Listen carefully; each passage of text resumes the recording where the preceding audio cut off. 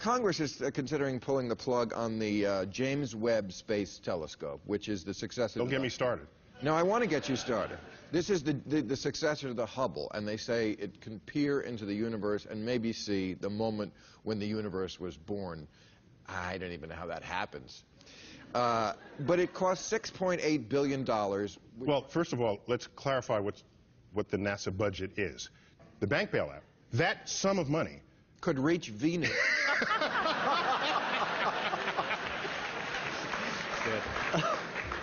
That sum of money is greater than the entire 50-year running budget of NASA. Wow. And so when someone says we don't have enough money for this space probe, I'm asking, no, it's not that you don't have enough money. It's that the distribution of money that you're spending is warped in some way, that you are removing the only thing that gives people something to dream about tomorrow. Do you remember the 60s?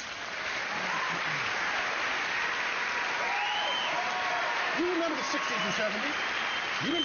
You didn't have to go more than a week before there's an article in Life magazine, the home of tomorrow, the city of tomorrow, transportation of tomorrow. All that ended in the 1970s. After we stopped going to the moon, it all ended. We stopped dreaming. And so I worry that decisions that Congress makes doesn't factor in the consequences of those decisions on tomorrow. Tomorrow's gone. You know what? They're playing for tomorrow, metaphoric tomorrow, not the literal tomorrow. They're playing for the quarterly report. They're playing for the next election cycle.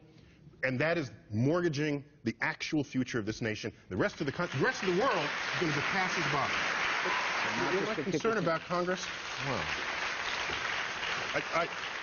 I checked these numbers.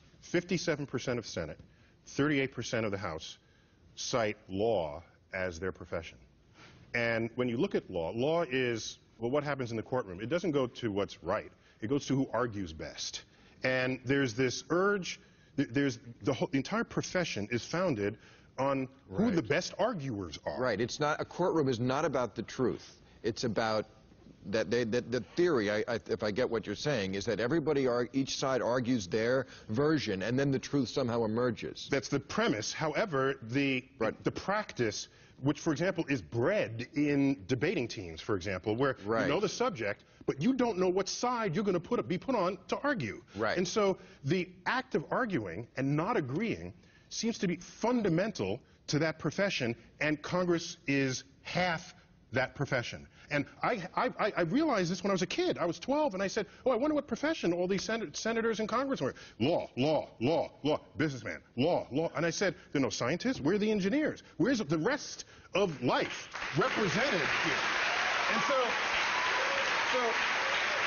when I look at the conflicts, the argumentative conflicts, I just sit back and say, you know, can I buy an engineer, please? Or put somebody, a business person who knows how to make a hard but significant financial decision, because at the end of the day, they got to make their books work. But, you know, I think that is part of it. I'm screaming, I'm sorry. It's okay. I like screaming. It's a time to scream.